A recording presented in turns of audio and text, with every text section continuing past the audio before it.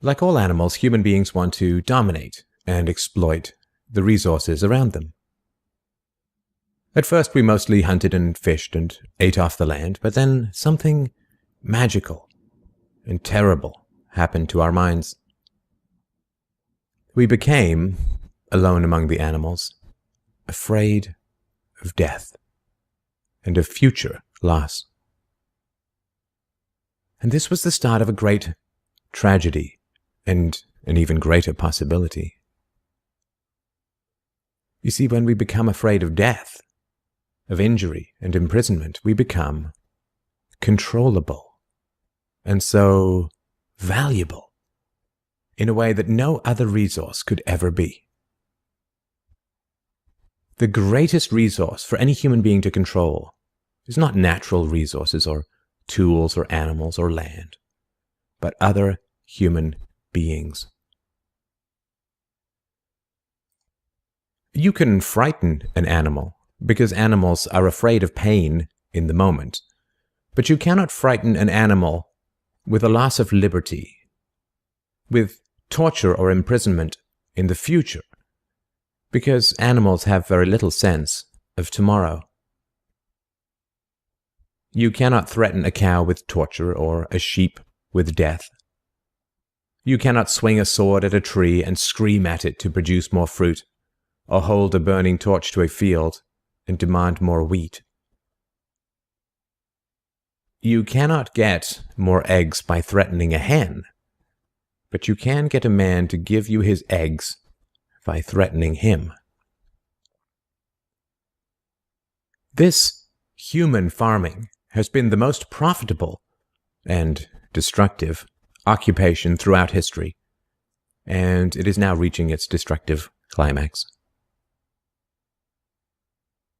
Human society cannot be rationally understood until it is seen for what it is: a series of farms where human farmers own human livestock. Some people get confused because governments provide healthcare and water and education and roads, and thus imagine that there is some benevolence at work. Nothing could be further from the reality. Farmers provide healthcare and irrigation and training to their livestock. Some people get confused because we are allowed certain liberties and thus imagine that our governments protect our freedoms. But farmers plant their crops a certain distance apart to increase their yields, and will allow certain animals larger stalls or fields if it means they will produce more meat and milk. In your country, your tax farm, your farmer grants you certain freedoms, not because he cares about your liberties, but because he wants to increase his profits. Are you beginning to see the nature of the cage you were born into? There have been 4 major phases of human farming. The first phase in ancient Egypt was direct and brutal human compulsion. Human bodies were controlled, but the creative productivity of the human mind remained beyond the reach of the whip and the brand and the shackles. Slaves remained woefully underproductive and required enormous resources to control. The second phase was the Roman model, wherein slaves were granted some capacity for freedom, ingenuity, and creativity, which raised their productivity. This increased the wealth of Rome, and thus the tax income of the Roman government, and with this additional wealth, Rome became an empire, destroying the economic freedoms that fed its power, and collapsed. I'm sure that this does not seem entirely unfamiliar. After the collapse of Rome, the feudal model introduced the concept of livestock ownership and taxation. Instead of being directly owned, peasants farmed land that they could retain as long as they paid off the local warlords. This model eventually broke down due to the continual subdivision of productive land and was destroyed during the enclosure movement when land was consolidated and hundreds of thousands of peasants were kicked off their ancestral lands because new farming techniques made larger farms more productive with fewer people. The increased productivity of the later Middle Ages created the excess food required for the expansion of towns and cities, which in turn gave rise to the modern democratic model of human ownership. As displaced peasants flooded into the cities, a huge stock of cheap human capital became available to the rising industrialists. And the ruling class of human farmers quickly realized that they could make more money by letting their livestock choose their own occupations. Under the democratic model, direct slave ownership has been replaced by the mafia model. The mafia rarely owns businesses directly, but rather sends thugs around once a month to steal from the business owners.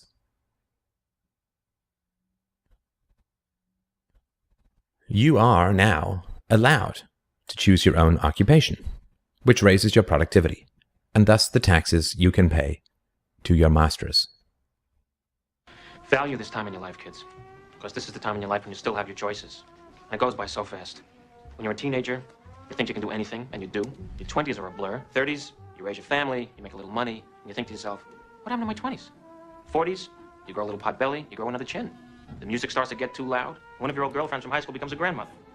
50s, you have a minor surgery. You'll call it a procedure, but it's a surgery. 60s, you'll have a major surgery. The music is still loud, but it doesn't matter because you can't hear it anyway. 70s, you and the wife retire to Fort Lauderdale. Start eating dinner at 2 o'clock in the afternoon. You have lunch around 10, breakfast the night before. Spend most of your time wandering around malls looking for the ultimate soft yogurt and muttering, how come the kids don't call? How come the kids don't call? The 80s, you'll have a major stroke. You end up battling with some Jamaican nurse who your wife can't stand, but who you call mama. Any questions? Your few freedoms are preserved because they are profitable to your owners. The great challenge of the democratic model is that increases in wealth and freedom threaten the farmers.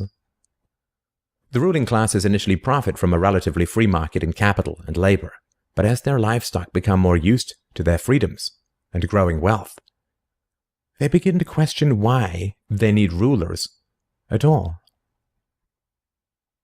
Well, nobody ever said that human farming was easy. Keeping the taxed livestock securely in the compounds of the ruling classes is a three-phase process. The first is to indoctrinate the young through government, quote, education. As the wealth of democratic countries grew, government schools were universally inflicted in order to control the thoughts and souls of the livestock. The second phase is to turn citizens against each other through the creation of dependent livestock. It is very difficult to rule human beings directly through force, and where it can be achieved, it remains cripplingly underproductive, as can be seen in North Korea. Human beings do not breed well or produce efficiently in direct captivity. But if human beings believe that they are free, then they will produce much more for their farmers. The best way to maintain this illusion of freedom is to put some of the livestock on the payroll of the farmer.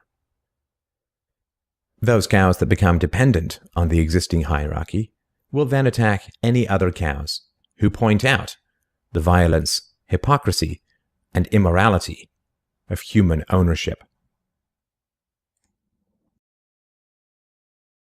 Officers positioned Grant face first on the floor with one officer near his head, a second near his back, and a third officer standing nearby. There appeared to be a brief struggle. Then, a 2-year veteran BART officer stands, draws his weapon, and fires.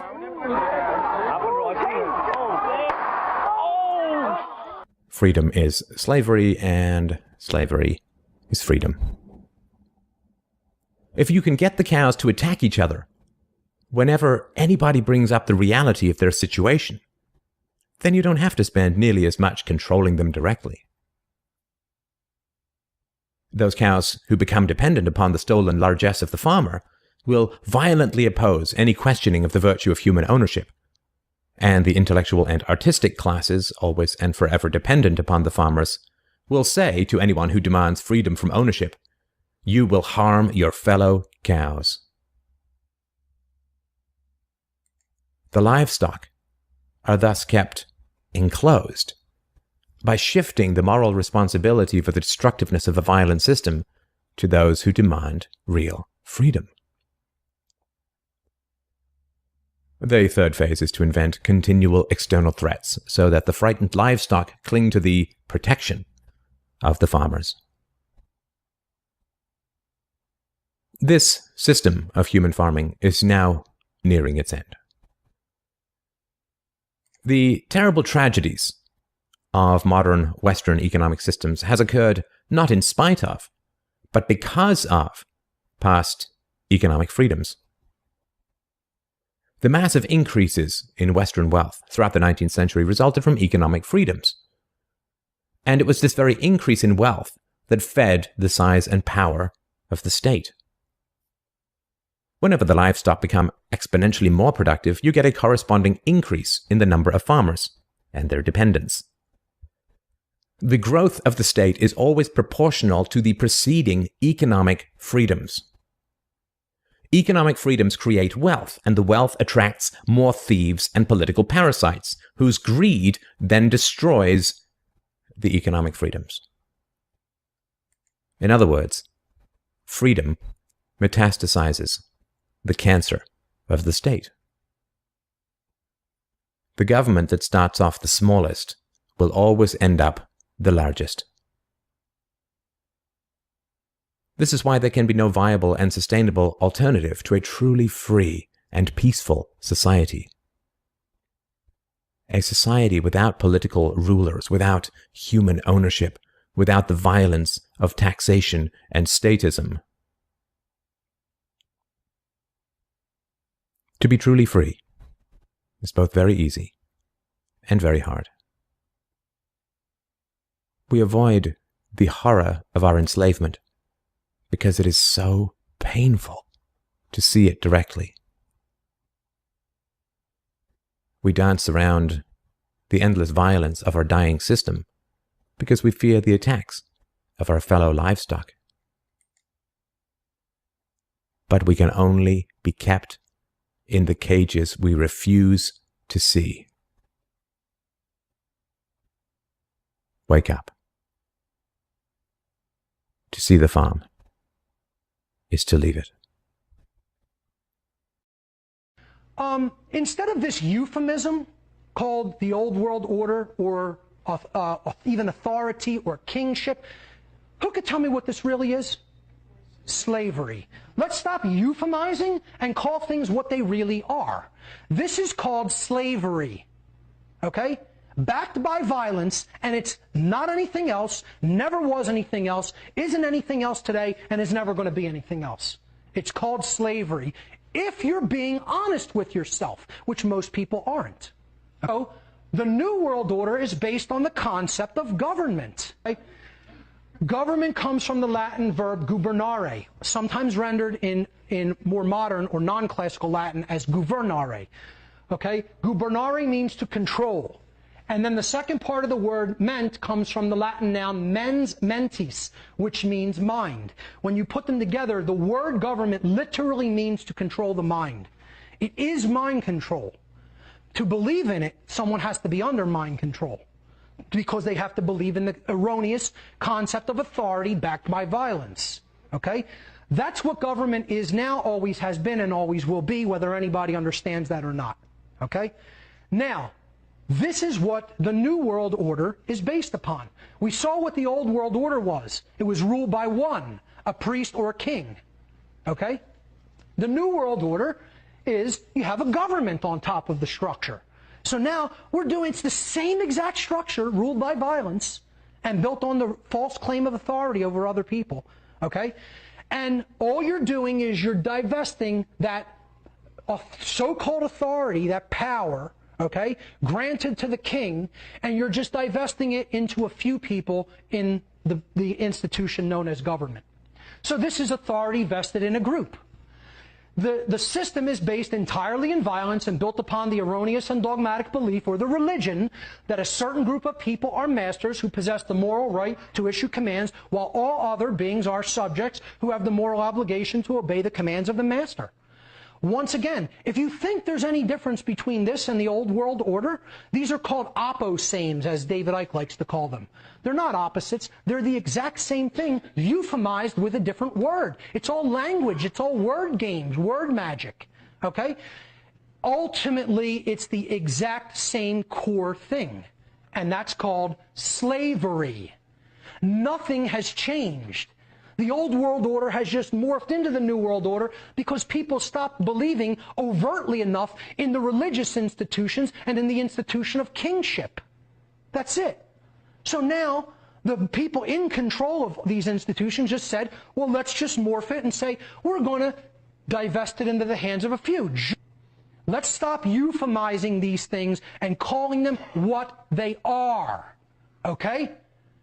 It's not kingship. It's called slavery ruled by one. It's not government. It's called slavery ruled by few. If you're being honest with yourself. There's that caveat. If you're being honest with yourself. Most people aren't being honest with themselves. They're lying to themselves because they hate themselves. Because they're dealing with unresolved psychological dynamics, okay, that bring up self-loathing and the refusal to accept personal responsibility, and no one wants to hear that spoken. Well, I'm going to speak it. I'm going to speak it. All right? Let's look at certain groups of people. Thank you. I have a half an hour left. I'll try to speed through this. All right? Rigid skeptics, like this guy who's burning in hell right now, if there is a hell, guaranteed he's there. You know who that is? That's Philip Klass. Okay, the biggest so-called ufology debunker of all time, who was, now it has finally come out, was on the payroll of the CIA and was working for the CIA the entire time he was doing all this debunking work. Okay, the biggest clown possibly in the history of the world, this punk. Okay, all right, because he'll say he's a skeptic, but he's nothing of the kind. Nothing of the kind, because if his daddy tells him it's true, well, then I believe daddy. I believe the CIA, because that's my daddy. This is how these nested psychological abandonment issues work. I can't look into the truth for myself, no matter how much evidence. Evidence be damned. Evidence be damned.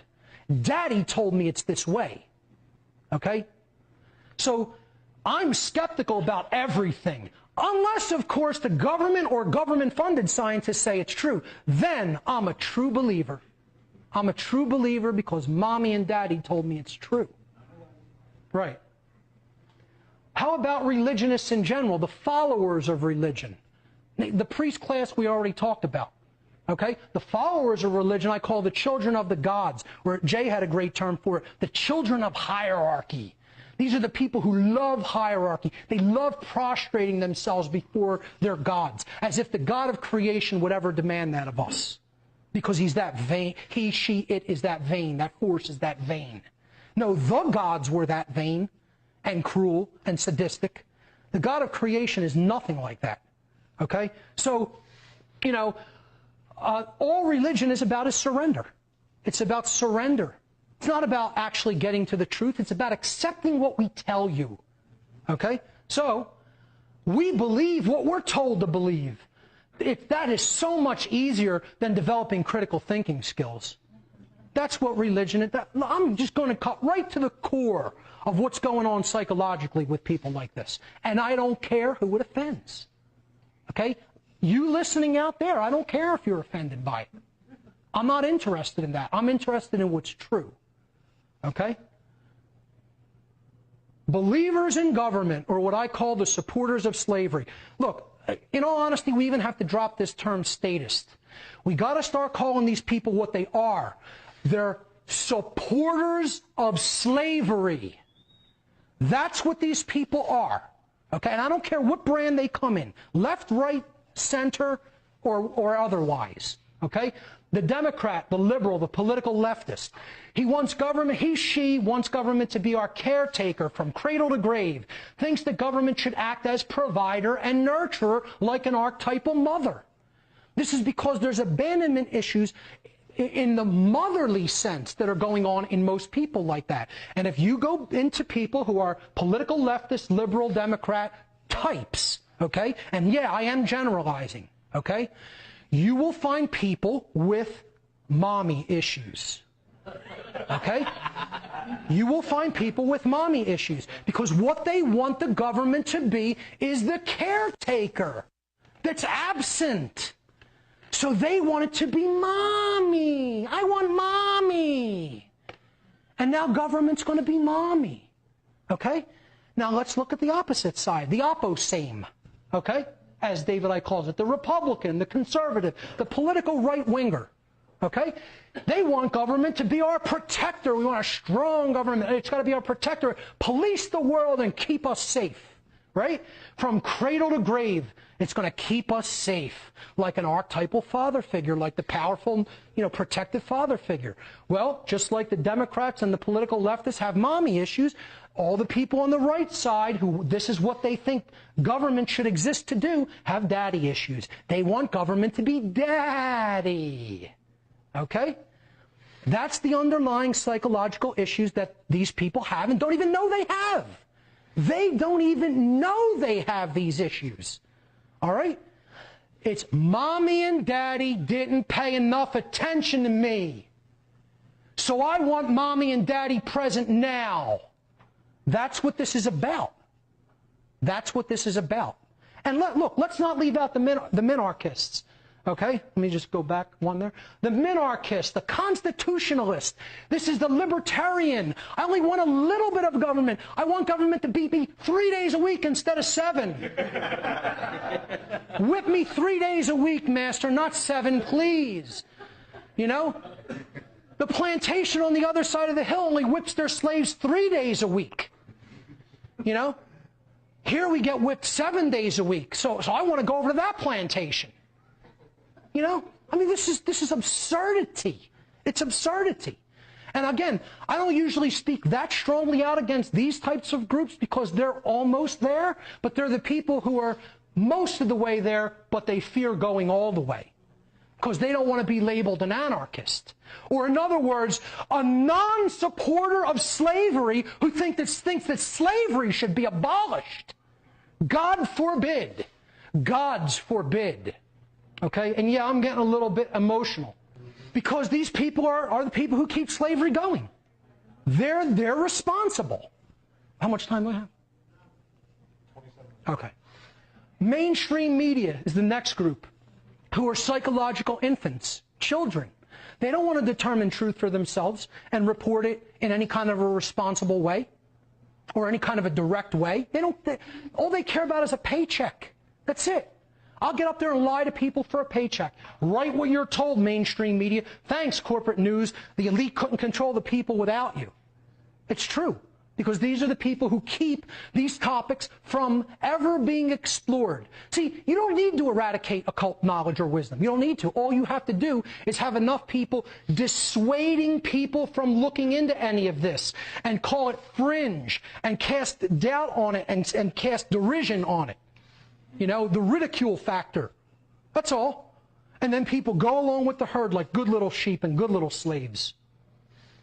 So these people, what they're really saying is, I'm too much of a low-life coward to tell the truth, so I repeat lies for a paycheck. That's all. These people. I'm trying to help you, somebody who is partially well, if not all the way well, to explain you're dealing with psychologically ill people. These are broken individuals that need healing and need to be put back together to remember who we really are. And we're not going to do it unless we deal with these issues. It's not going to be done unless the issues on this tree are dealt with. The New Agers, who I call the hopelessly naive, who want to believe, the aliens from Pleiades are coming here in their giant battle cruisers to rescue us from our own ignorance any day now. Or no real knowledge is going to have to be done. We're going to have to meditate the world into a new way of being. Well, you're not going to have to actually study and read books and take up knowledge into yourself. God forbid. That might involve effort and work. And we can't have that, So we're just going to sit in a lotus position and meditate all day. Okay? And the other thing is they have just wildly off notions about how actual dynamics of the laws of attraction work that are completely unfounded and don't work the way that they're claiming that they work. Because they don't understand natural law. The New Age movement is put there as the last cul-de-sac before the gold mine to cut people off from a real understanding of natural law. I'll look right in the camera, I'll look right in their face and tell them. Cowards. Because you don't want to come out, you don't want to put your name on the line, come out with your real name and say, I stand against all forms of slavery. And I'm going to do everything I can to abolish them. Okay? I'll hide behind a keyboard. I'll give myself a little pseudonym or an acronym name. And I'll attack other researchers on the little aspect that I think they got wrong. Instead of actually telling people what the truth is. In a way that can be readily understood by other people. Okay? They're armchair quarterbacks and they're lazy cowards. Okay? And here's what they're saying. I know all about what's going on in the world. Can't you see how well I'm putting all that knowledge to use? Can't you see what a great job I'm doing? So many people are inactive. Yeah. Order followers are next, the least mature, and yet they're the most responsible. The absolutely most responsible people. Now, how could the least mature be the most responsible people? Well, it's true. These people are the people who have not grown up ever. Okay? And yet, they're the most responsible for what's going on in the world. They actually create the police state. These children, who I'm going to put images up on the screen, and if you can just, when I put these images up, I just want you to look into their eyes. Okay? And you tell me if these people aren't children. You tell me if you look in their eyes, look into the researchers' eyes I'll put up later, and compare them to these people's eyes. Because they say the eyes are the windows to the soul. You tell me if these aren't psychological children. Okay? Now, there's the archetypal image of the abandoned child. Okay? And here's the abandoned children who are trying to appeal to the approval of mommy and daddy. I want to appeal to the approval of daddy because mommy and daddy didn't pay enough attention to me in real life. So this is my surrogate family. I want to look all the same like a good little boy and girl that does what they're told on command, like a robot. On command like a robot. Look into the eyes of these people. Tell me you don't see psychological children.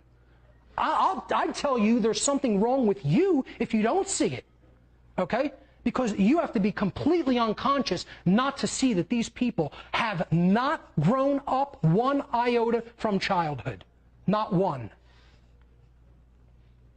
Yeah, well, they're big and bad trying to take other people's rights away on command. Yeah. But here's what they really are, folks. We are the house slaves. We are the house slaves. No lower form of life than a house slave. Okay? These are the house slaves. We'd rather enslave our own species, and ourselves included, rather than grow up, develop real courage, and think for ourselves. I mean, when you think about it, you're born in the world, and then you start a cycle. It's not a cycle which flows often, most of the time, with a freedom that flows where it wants to flow. It locks into a program. At a certain age, you do certain things. Then you go to school, and nice teachers and then professors and people in university, they tell you what life is, what facts are, everything, what you are, and all the rest of it, and all the latest scientific knowledge and all this stuff. And then you get married, and you have a family, and you get your kids, and they grow up, and they go through the same system, and you keep getting old, and now you've been battling all your life, competing with everyone else, because you've got to compete. We can't cooperate, we've got to compete. I want that big job, and if I don't get it, if I get it, rather, it means he's not getting it, so I've got to stop him getting it so I get it. Oh, competition, fight, greasy pole. And then you start getting a little bit older, and your body starts to go, and then you start thinking about what's going to happen when I die. Oh, you know, what is it? I better start saying nice things and join the church or something, because I have to have a bit of insurance, you know, in case. And then you go round and you reach a point where you just hope that there is some God out there that's going to be kind to you, because that you have been told you could go to hell, and give it some of that, you see. I've just described life for vast, vast numbers of people. I mean, can we really not do better than that? Is that all we really are? But what does that serve? What does that sequence I've just described serve? It serves the system that treats us as mere pawns within it, mere cogs within its machine. And therefore we serve that which controls the machine. It's not because that's how it has to be, it's because that's how it's been manipulated to be. I saw these pictures on the internet. There are people running in water to get fit, you know. And of course the water's coming. Got to keep the water from coming up, you know, got to pay the mortgage at the end of the month. Got to keep running, can't stop, bloody hell. You seen the bills? Bloody hell. And it's interesting, they're looking at the telly, because most of us are doing this all the time, aren't we? Exactly that. We call it life. And it's like a bloody software disk. Just running through its program. Not just a program for one person, but program for vast, vast numbers of people. It's a computer game. As we get through this first section today, we might see it is a computer game. And what's happening is we're being hypnotized all the time through education and media and religion and all this stuff, so that we don't see what this really is, so we don't see how the dots connect, and therefore what we're really experiencing. It's a mind game, like I said right at the start. If you don't control people's minds, you can't control their behavior and their perception. You can't keep them in this state if you don't control their minds. And so we have these prisons of the mind, religion. Here's some rules and regulations. We've called it a religion, but they're rules and regulations. And if you don't keep to them, then you're not in that religion anymore. You're a blasphemer. And here's some politics. If you say that, you're not a socialist. If you say that, you're not a Democrat. You're not a conservative. Rules and regulations. I have to conform to them, or I'm not one of them. Thank you, God. Race. Oh, you're a traitor to your race. Why? I'm just doing the just thing in this situation. Okay, he's from a different race from me, but in the just situation here, he's right. He can't be. He's not the same race as me. He must be wrong. Races played off against each other. Divide and rule. Keep the multitude in constant conflict, and then you can play the violin for them all. And then the big one, the biggest one of all, because they're just expressions of that. Keep them in false self-identity. Keep them in belief. As Mark Twain said, in religion and politics, people's beliefs and convictions are in almost every case gotten at second hand and without examination from authorities who have not themselves examined the questions at issue, but have taken them at second hand from other non-examiners whose opinions about them were not worth a brass farthing. He has just described how the norms are created. Repeating, repetition. Not truth, not fact, not questioning, not investigation, but beliefs that come purely from repetition. Those emissions out of your exhaust are killing the planet because they're causing global warming. No, they're not. No, they're not. I'm not saying they're a good thing. Don't want to breathe them in, although it's been massively overplayed. But do they cause global warming? No. But it's the norm, belief that it does. Why? Repetition. And then this is to keep us in this state of believing the unbelievable. We go into this state.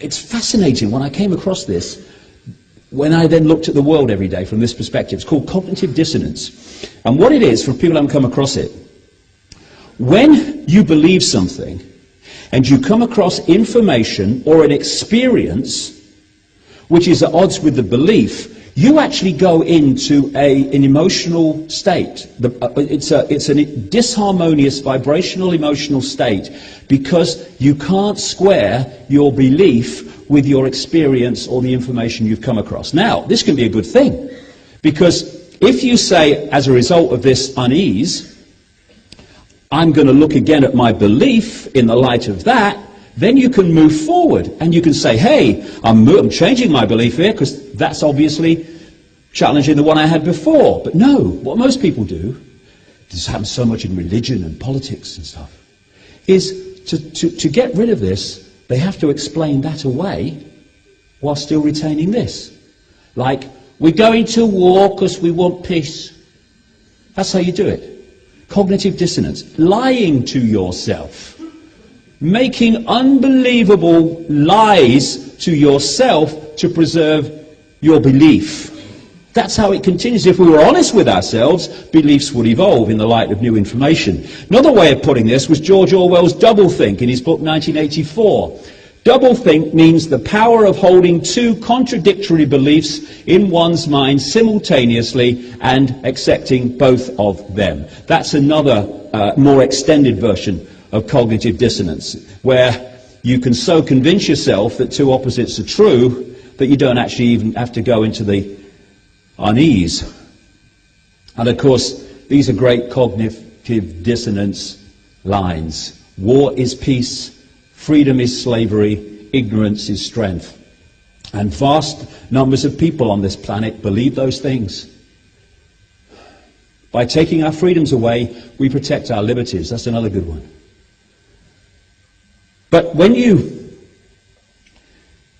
start to connect the dots, the bewildered map and maze starts to become clearer. Just press that back.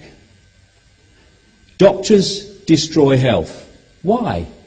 Because doctors are not there, some individuals may be, but the profession as a whole, the industry, is not there primarily to heal people. It's there to serve the diktats and the agenda of the transnational pharmaceutical cartel and those families that control it. Because cartels are not capitalism, they're cartels, they work as one unit. And you don't want a healthy population, therefore one that can think straight and sharply if you want to control them. You don't want that at all. It's about wealth, not health, the medical industry. It's about serving big pharma, the pharmaceutical cartel. Lawyers destroy justice. Of course they do. Laws are not there to protect the people overwhelmingly. They're there to impose the will of the system upon the people and keep them in line.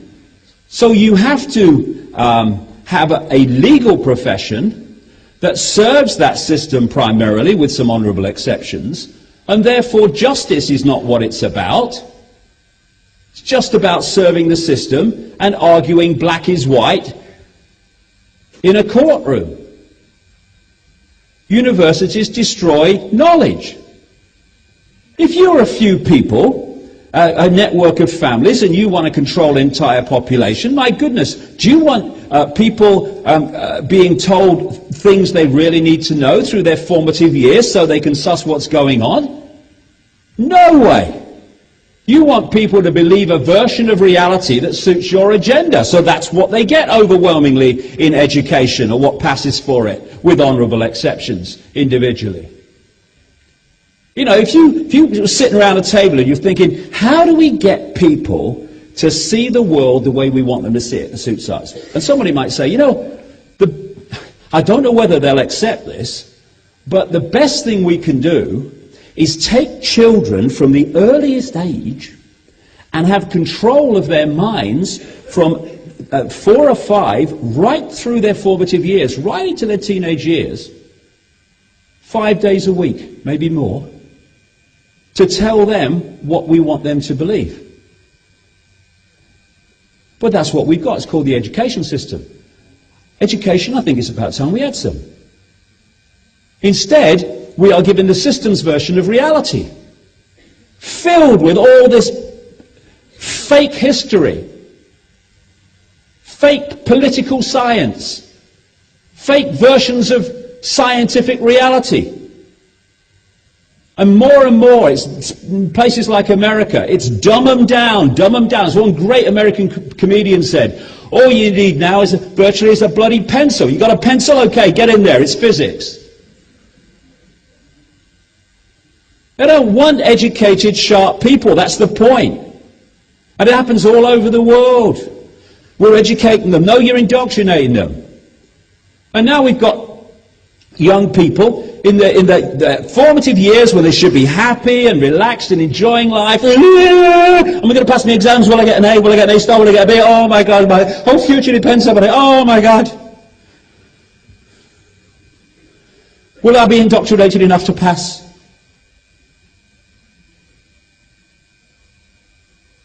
Do we ever talk in school about being happy? I don't know. We don't do much in England. What about being happy? What about being fulfilled? What about being at peace with self? What about questioning and coming to your own conclusions? Did that ever come? No. Got to follow the curriculum. Or if you don't follow the curriculum, you don't pass the exams, and your life's over.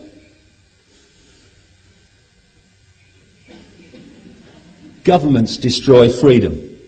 This is a big, big thing for people to understand who are new to any of this. Governments are not there to serve the people. I know it's obvious to people here, but sometimes you have to make it clear. Governments are there to impose the will of the agenda of these families onto the people. And the people that do it are usually men in dark suits, overwhelmingly. Men in dark suits. It's funny, every time someone comes on in authority, they're in a dark suit. I love it. And they come from certain bloodlines. This is George Bush's, apparently. Apparently his line is about to evolve at some point. I don't know when. This was a head scan he had. Now, let's think about this. 300 million people in America. I know they say anyone can become president in America. It's a nonsense, but I know they say that. But clearly, you do not have to be mentally sharp to become president. All you need is the money and the backing of those who decide the presidency. I mean, this is the one George Bush line. I could have picked hundreds. Our enemies are innovative and resourceful, and so are we. They never stop thinking about new ways to harm our country and our people, and neither do we. Now, this man was President of the United States, please God tell me it's not true, for 8 bloody years. And a few people don't control the world, please. And now, hey, Superman's arrived. Superman, the Buddha, Jesus, and any name you want to put to him. Mr. Fake Obama, who has scammed the American collective psyche on a scale that beggars belief, though many, many people are starting to see the truth of that as we see him in action. But despite Mr. Change Obama, and I'll get into him big time in the second half, we have still this agenda moving on by the day to imprison humanity and to destroy free speech and all that stuff. Nothing changes, even though you have on the surface such an apparently vast change from Bush to Obama. The same agenda continues despite that, because it's all image, and really it's all a scam, and it's all a sleight of hand. I'm just saying it's not exceptional to want to fight corruption and not be a slave. That's a normal instinct. I know that in the land of the blind, the one-eyed man is king. And so you guys are trying to honor the fact that we're fighting this tyranny. Thank you. But please honor yourself and your own family in the fact that you care about freedom and you're researching what's happening and you're seeking the truth and you want to make a better world. You care that autism is set to be half the population by 2025 in a major MIT report that came out last week. You care that cancer rates are up several thousand% in adults, 10,000% plus in children. You care that they're moving ahead with forced inoculation. You care that Obama's becoming a dictator. You care they're trying to take our guns. You care they're trying to start a war with Russia. You care they're funding radical Islamic groups to destabilize the world. You're involved. I admire you. And now they love it. They can abuse and beat up everybody, and nobody can stop them. Nobody can stop them. They're having their way with America. They want our guns. And if you're not with them, cops and military, then you will declare that you're with the Republic now. And don't tell me that I'm a weirdo because I'm upset about this, and I should only go get upset about my favorite football team winning or losing. Listen, I know what tyranny means. I know the bankers are putting poison in our food and water. I know the bankers have stolen $8.5 trillion. I know we're under War Powers Act. I know they're hurting us. I know they're carrying out New World Order. I know they staged those terror attacks. You know what it's like to gut up to this and go out every day and go past the peer pressure and come out day one and say 9/11 was an inside job and lose most of the radio stations I was on. You know what it's like to go to sleep every night knowing you work for a bunch of psychotic killers and you bastards are probably going to end up killing me one day. You know what it's like knowing you've ruined my life. You know what it's like, you sons of bitches. I'm tired of your crap. You commit evil, you're part of an evil system, and we're standing up against you.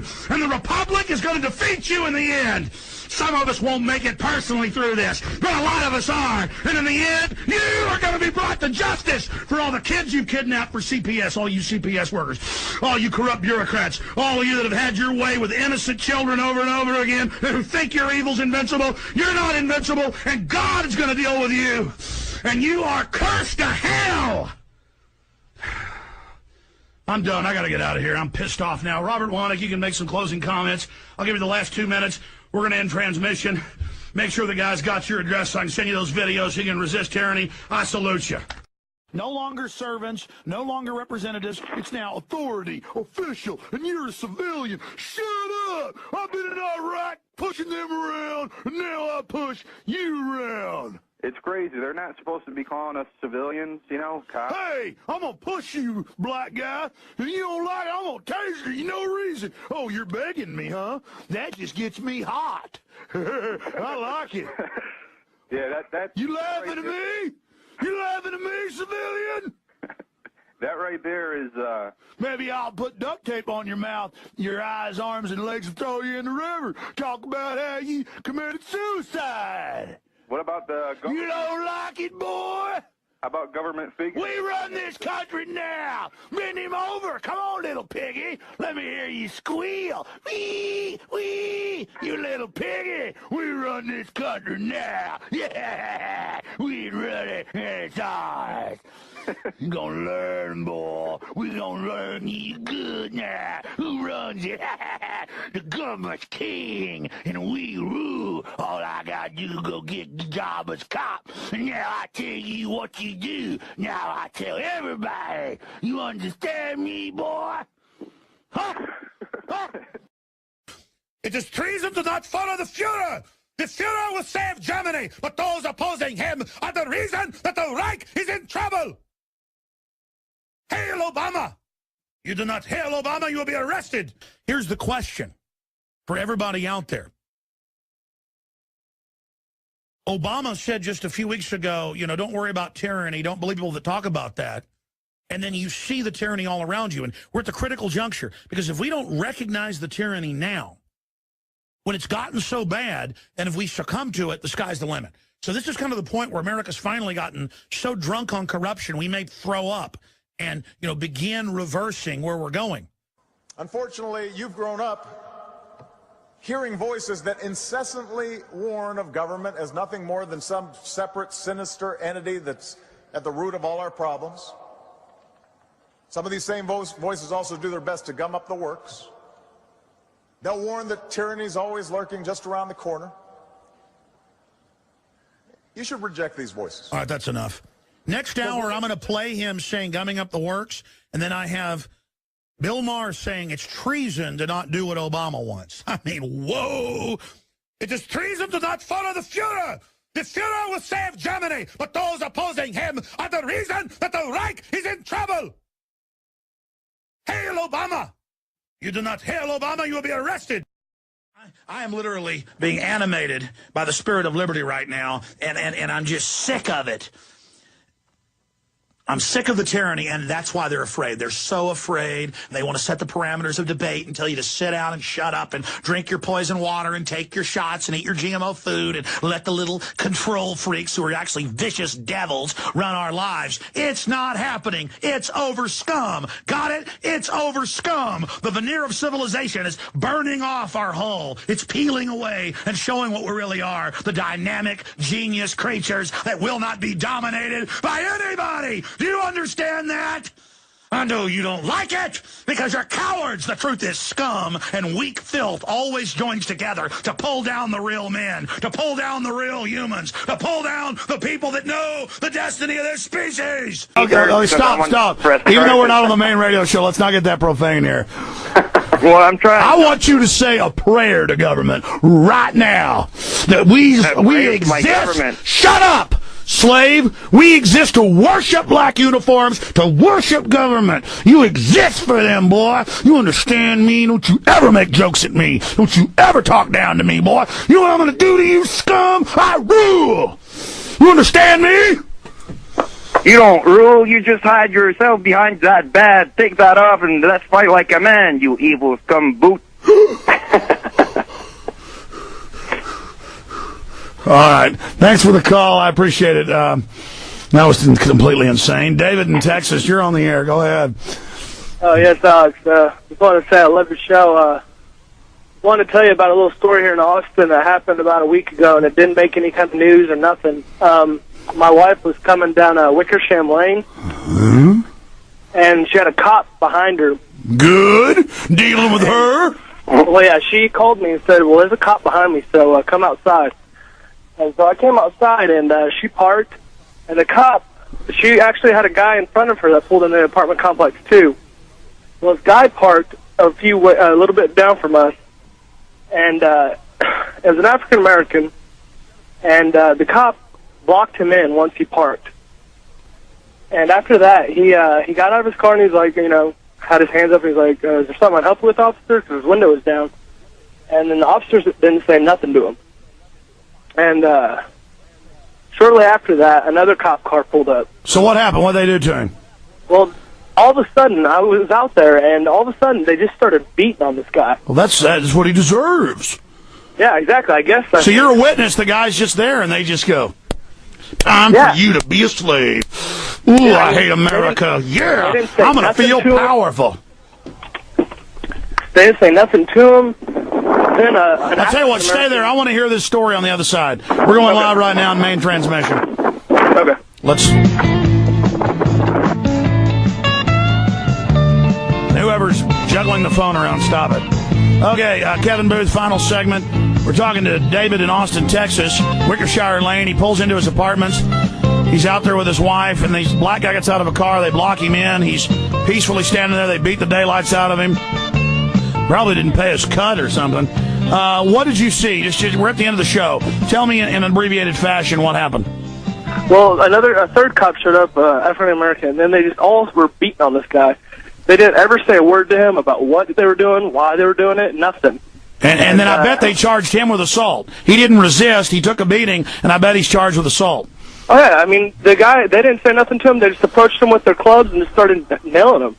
And this lady came out of her apartment with her video camera, and she got, actually, one of the cops walked up to her and forcefully put her back in her apartment. And then... Did he steal the camera? I don't think he did. You got to go over there and get that video. See, when you see this stuff, you got to get that on YouTube. Yeah, I've been trying to contact her because... Look, they're getting ready for martial law. They've told the cops, do whatever you want, act however you want, the nation's your enemy. Yeah, but we're protecting America by getting tough with them, and they don't know about the real terror threat, and they're all spoiled, and they deserve it.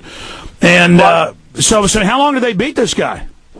It went on for like 10, 15 minutes. I mean, just beating him. I mean, he was on the ground. He wasn't doing nothing. And they cuffed him. They continued to beat him. They eventually put him in the car. I attempted to walk over there and ask them, Well, I want to be clear about something, and I don't want to really get off into this, but, I mean, I'm not even a tough guy, and I put 3 people in comas. They started fights with me, and thank God there were always witnesses. A couple times I went to jail, because when somebody's in a coma, they take you to jail. But I wasn't trying to, crack somebody's head open and mess their brain up. But I mean, they kill people all the time with this, and I'm tired of it. Oh, yeah, definitely. I mean, this guy's definitely, I mean, the reason they probably got a second cop there was this guy's huge. I mean, easily this guy could probably have taken that one cop. Well, there's something about cops when they see a big black guy, they just flip. It's like a little dog with a bear, and the little dog will always attack the bear. It's like it gets, I actually do that. When a big guy's in front of me, I get charged up and want to open a can up if they're attacking me. But it's one thing to just flip out and want to go out and beat up people. I mean, so this just went on and on? Yeah, I mean, definitely. And like I said, after everything had kind of settled down, I attempted to ask the officer what had happened just because I felt like it's my neighborhood. He said, "Shut up, slave!" And he said I had no business being down there. I had no right to know, and I need to get back in my apartment or go wherever I need to be and get away from there. And I mean, the only reason I started up a big fuss, I had my kids there, and I'm not about to get whooped in front of my kids. Oh, you kidding? They'll kill you these days. And by the way, Austin cops aren't even the worst, but they kill people every few weeks over there. It's kind of like the hunting ground.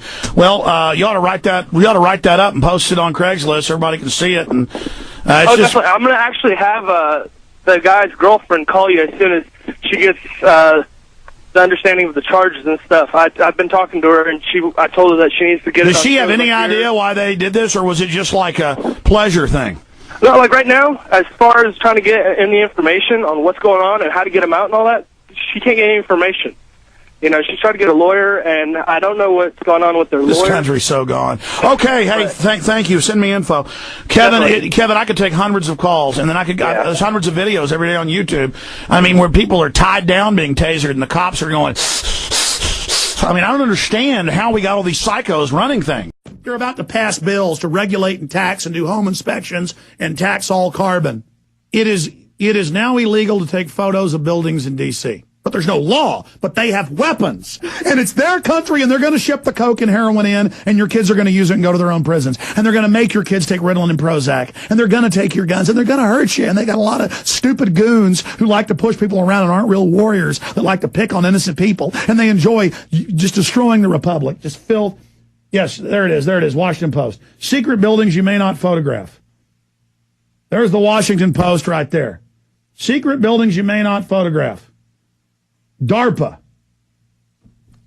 I am sick of you, criminal filth, trying to domesticate us and intimidate us and set the precedent that we're your slaves so your offshore banker masters can suck us dry. Stop being traitors. Stop destroying the United States. Stop claiming you're patriots. I just see stuff like this and it makes me mad. And I'm already wound up over the Federal Reserve dictatorship and saying Congress has no authority over the coining and issuance of currency and money.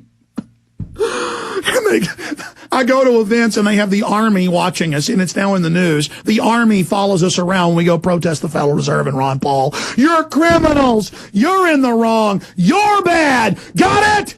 Get it through your head. But see, they hire these little nobody scumbags and people used to torturing people and spying on people in Iraq, and they're bringing them all back here to do it to us. You are trash. You are scum. You're worse than Stalin. You're as bad as Hitler. You're as bad as Lenin. You're trash. You're filth. You're Maoist crap. You're pieces of un-American trash. Get the American flags off your car. Stop putting Browning stickers, deer hunting stickers on your car and swaggering around. You're an American. I know who you people are. You're a bunch of trash on power trips. And I swear we're going to bring you to justice when we take this country back. We got to make sure you all get in trouble for what you've done.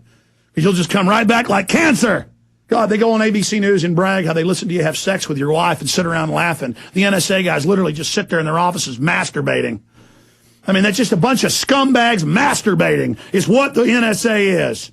And covering up. Local cops are about to bust a government child kidnapping ring. NSA comes in to stop. Somebody catches government shipping drugs in, NSA finds out, comes in and blocks the investigation. It's all to make sure their crimes continue. And spying on Congress illegally and running all their scams and MI6 and MI5 spies on the British Parliament. You're criminals. We're going to get you. You're criminals. And a lot of you are just compartmentalized. You just grab the data and pass it up to the sicko eggheads above you. Okay, now I'm getting mad. Just stop being in denial about what... And then the company that's made the vaccine is Baxter, caught putting weaponized bird flu in the vaccines. Bloomberg News, but you don't care. And people will take it, and they'll die, and you'll stick your kids to the ground, and you'll go, proud to be an American, where at least I know I'm thumb scanned, and everything gets listened to, and the police wear black uniforms, and I get home inspections for my carbon tax, and I gladly turn my guns in, 'cause I'm proud to be a slave of the bakers. God bless the slaves and the masters. The idiot type redneck people they've got that serve the New World Order kind of as the enforcer. It's like guerrillas, like policy. I mean, you know, I'm kind of ashamed I'm a little bit related to them. And they got a bunch of other scum working for them. I've seen you. You're a bunch of trash. Oh, I just hate you. Oh, liberty, folks. I'm really threatened by all this, so I get a little fired up.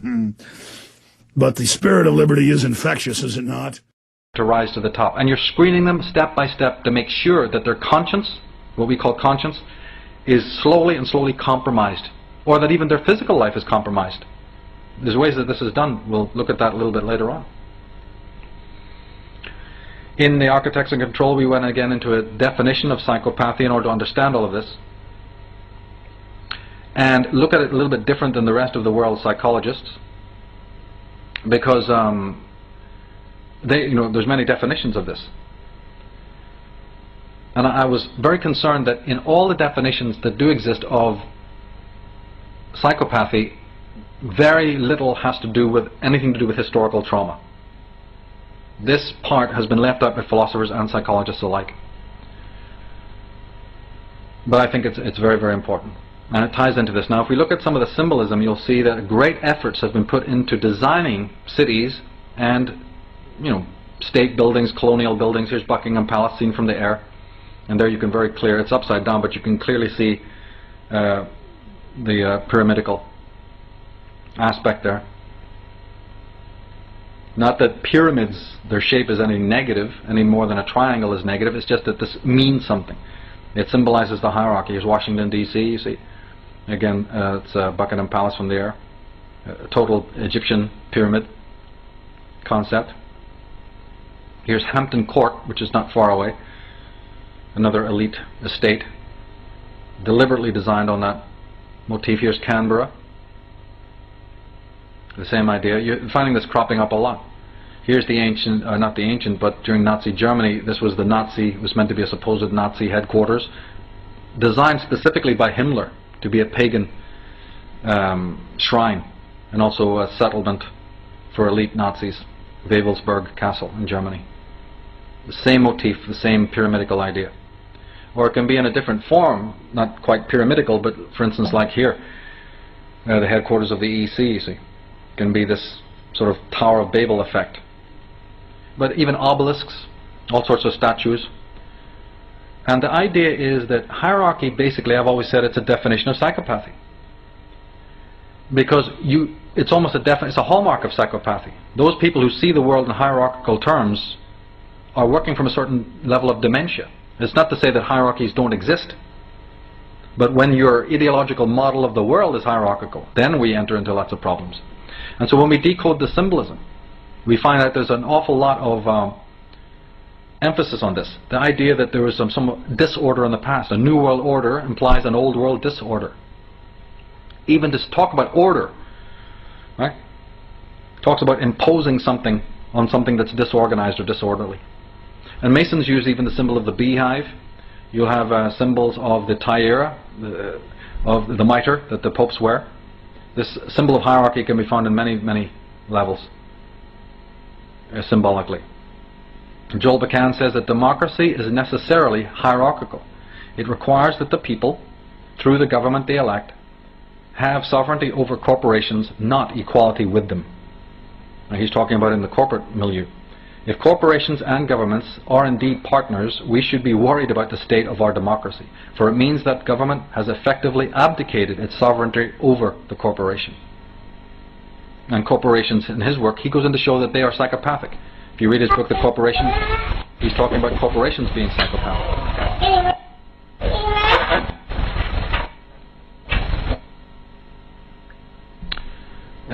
One of the commenters on this kind of certain psychopathy was Nikolai Machiavelli, and he has to say that a prince, and this is somebody aspiring for political power, ought to have no other aim or thought, nor select anything else for his study than war and its rules and discipline.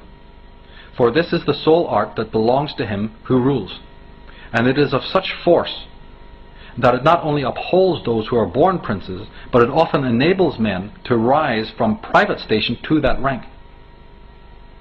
So he's encouraging the elites to think in psychopathic ways.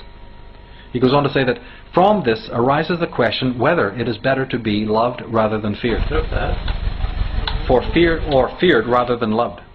It might perhaps be answered that we should wish to be both. But since love and fear can hardly exist together, if we must choose between them, it is far safer to be feared than loved. There's your psychopathy. There's your conscious, deliberate decision-making and advice. Sorcery, it's specifically then, I paraphrase Carlos Castaneda's Don Juan, who says, as a sorcerer, you are aware that you have absolutely no control over or of anything, but you have to act as if you do. Now what that really means, interpreted, is mean that you have no control over yourself, which is the point I've been making. The psychopath has no control over their own selfhood. Their own inner republic is in a state of total chaos. And therefore now they need these very sort of stabilizers in their own life, and then you just continue by imposing those on the world outside you. The same point is brought up by Thomas Hobbes, the philosopher. In the 16th century, he said that the state of peace among men living side by side is not a natural state. The natural state is one of war. And there's whole schools of philosophers who believe that, and many schools of politicians. And of course it's an ancient ideology. The old idea of crushing and subduing nature is born out of this idea that man in his own brain imagines himself the highest of the species and all of this nonsense.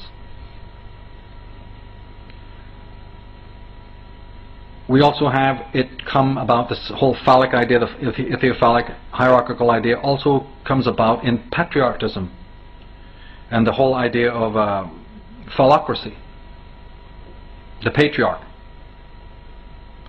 Another manifestation is the idea that you rise yourself by pushing others down, right? You can't really rise yourself morally, spiritually, intellectually.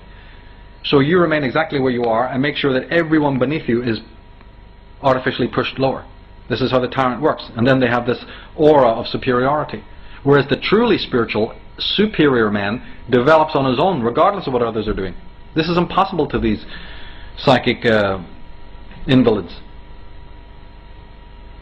Demeaning nature, demeaning femininity, all of this is part of it. The treatment of animals and so on. Again, it wouldn't be a problem. Only thing is that they want their infection to spread. They're not just comfortable, as we see from these quotes, being that way themselves. They must make the whole world as wretched and as disorderly as they are themselves within their minds. This must never be forgotten for an instant. Now, you can't come out and tell people that that's what you're going to do, so you come out as the wolf in sheep's clothing to give them all these promises. First, you create the problems, like we've heard, right? Create the chaos, create the mayhem, and then bring in the idea of artificial order and artificial control. And you will buy into it if you have the same infection within. So it's all about psychic and psychological immunity. Nothing to do too much with politics, even though you can't rule out political action out altogether. And here is the perfect statement that summarizes what we've been talking about. This idea that the psychopath craves this artificially imposed order. As George Bush said, George Herbert Walker Bush, he said, out of these troubled times, our fifth objective, a new world order, can emerge. A new era, freer from the threat of terror, stronger in the pursuit of justice, and more secure. Today, a new world is struggling to be born, a world quite different from the one we've known, a world where the rule of law supplants the rule of the jungle. When you decode this psychologically, it's unbelievable what kind of specimen is revealed underneath it. If you just think about it as being something that's happening in an external theater of the world, then you don't have the understanding at all. Of course, these people are the self-deceived. They're the ones running around literally now believing that the order they have can be imposed on all the rest of us. But one must ask a simple question. How can anyone who's in a state of inner chaos ever imagine that they're going to realize or attain social harmony and justice, you see. It's just not possible. In fact, recall the quote by Goethe, Johann Wolfgang von Goethe, who said that he is happy as well as great, who needs neither to obey nor command in order to be something.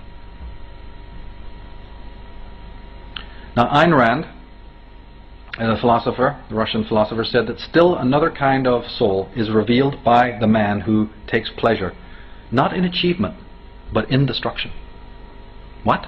Pleasure in destruction? Well, there you have it. The sadism, the narcissistic pleasure, the psychopathy. Not in achievement, but in destruction, whose action is aimed not at attaining efficacy, but at ruling those who have attained it. The soul of a man so abjectly lacking in self-value and so overwhelmed by terror of existence that his sole form of self-fulfillment is to unleash his resentment and hatred against those who do not share his state. Those who are able to live as if by destroying the confident, the strong and the healthy, he could convert impotence into efficacy. Erich Fromm, the psychologist, in his fantastic work Anatomy of Human Destructiveness, says that the sadistic person is sadistic because he is suffering from impotence of the heart, from the incapacity to love the other, to make him respond, to make oneself a loved person. He compensates for that impotence with the passion to have power over others. Since self-assertive aggression enhances the person's capacity for achieving his aims, its possession greatly diminishes the need for sadistic control. So it's about power, control, or love and compassion. Fromm goes on to say, the intensely destructive person will show a front of kindliness, courtesy, love of family, of children, of animals. He will speak of his ideals and his good intentions. But not only this, there is hardly a man who is utterly devoid of any kindness or any good intention. If he were, he would be on the verge of insanity. Hence, as long as one believes that the evil man wears horns, one will never discover an evil man. It sounds very simple on paper, but we vote them in time and time again. Here it is in black and white. Prince Philip is quoted in the media as saying, "In the event I am reborn, I would like to return as a deadly virus in order to contribute something to solve overpopulation." I mean, I'm not making this up. Albert Speer, the Nazi official very close to Hitler, he was one of the architects, physically I mean, he was an expert in architecture. Speer said that Hitler lacked all the more gentle virtues of man. Tenderness, love, poetry were alien to his nature. On the surface he showed courtesy, charm, tranquility, correctness, amiability, self-control. This outer skin obviously had the function to cover up the really dominant traits with a complete, although thin, layer.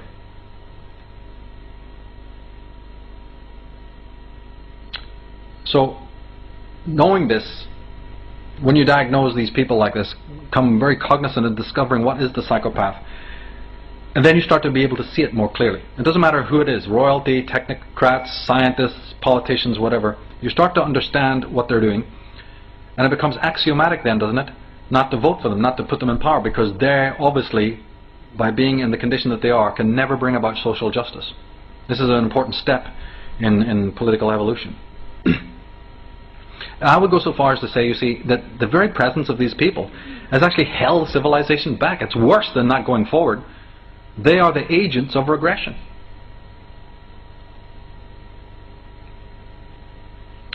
Here we have Barbara Bush saying, why should we hear about body bags and deaths? It's not relevant. So why should I waste my beautiful mind on something like that? The same sentiments was by Madeleine Albright, Colin Powell, Bush, Cheney, all the rest of them. They've all said exactly the same thing. What they're really saying underneath that is that they don't really care because they're the ones doing it. They love it. They enjoy it. This is fantastic to them. And we're wondering about serial killers on the loose? Hiding under the bed because of some other nonsense?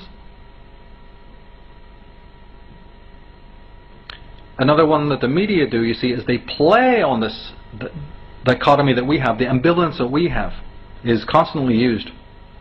They know how to work on our ambivalence. Like Ayn Rand was pointing out, if we lose the ability to tell these people, like Fromm was pointing out. If we lose it, then we're weakening our judgment. We forget what the differences are between right and wrong and wisdom and folly. Right? Our judgment becomes erased, and therefore we become more susceptible to these people. We can't even really decide anymore whether they're good or evil. We keep excusing their misdemeanors and infractions because we ourselves have lost our own morality.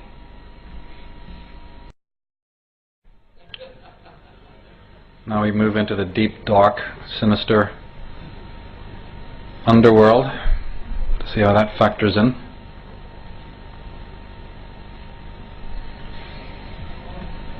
And before we start, I'd like to make you familiar with a couple of books. There's so many sources, research sources that you can look into. One of the most important for what we're going to talk about today is actually The Covert War Against Rock by Alex Constantine. He's written other books and he has a website, so definitely check out the works of Alex Constantine. Certainly Transformation of America by Kathy O'Brien. The Franklin Cover-Up by Senator John DeCamp. Very, very important. The work of my colleague Ted Gunderson from the FBI, ex-FBI agent in Los Angeles, who's very up to speed on the stuff we're going to be discussing today. Now, one thing that I'm getting kind of sick and fucking tired of is euphemisms we use to replace the word slavery. It's not fucking taxation, it's slavery. It's not feudalism, it's slavery. It's not subjugation, it's slavery. It's not serfdom, it's slavery. It's not authority, fucking authority, it's slavery. If you believe in authority, you are under mind control, because you believe that some people are masters who have the right to issue orders, and some others are slaves who have the moral obligation to obey the orders of the masters. Now that's insane, but that's what authority is, that's what government is. Now, if you are a liberal, if you are a Democrat, if you are a right-winger, if you are a conservative, if you are a constitutionalist, if you are a minarchist, if you, whatever the fuck you are, if you believe that the political system can provide solutions to social problems, you are a supporter of slavery. You understand that? Please understand that.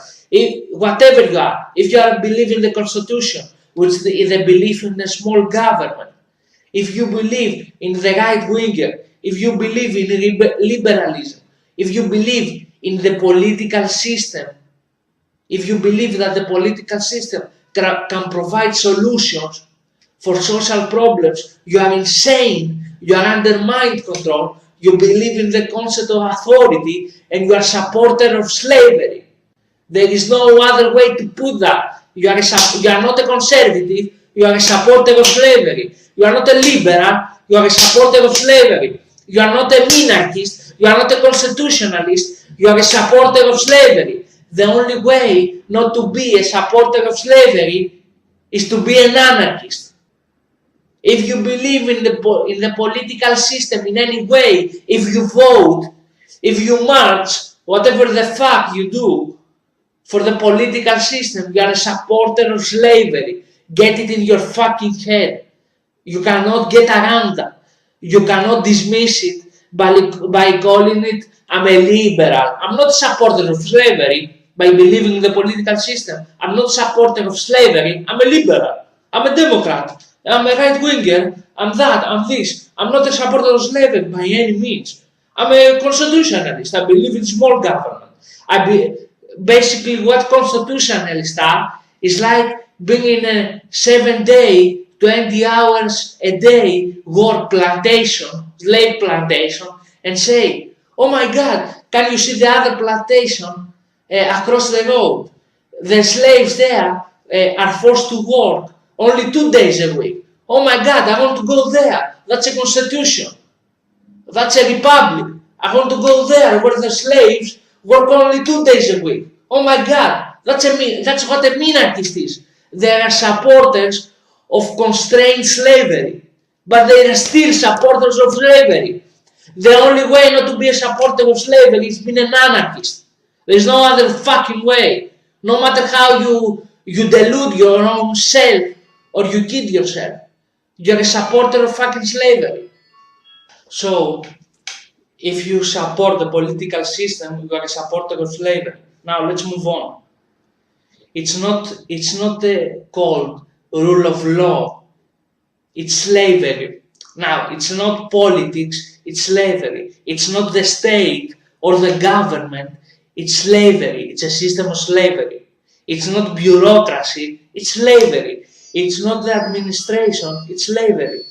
It's not bureaucracy, it's slavery. It's not administration, it's slavery. It's not socialism, it's not communism, it's not Bolshevism, it's not collectivism, it's not Fabianism, it's not Leninism, it's not Maoism, it's not Marxism.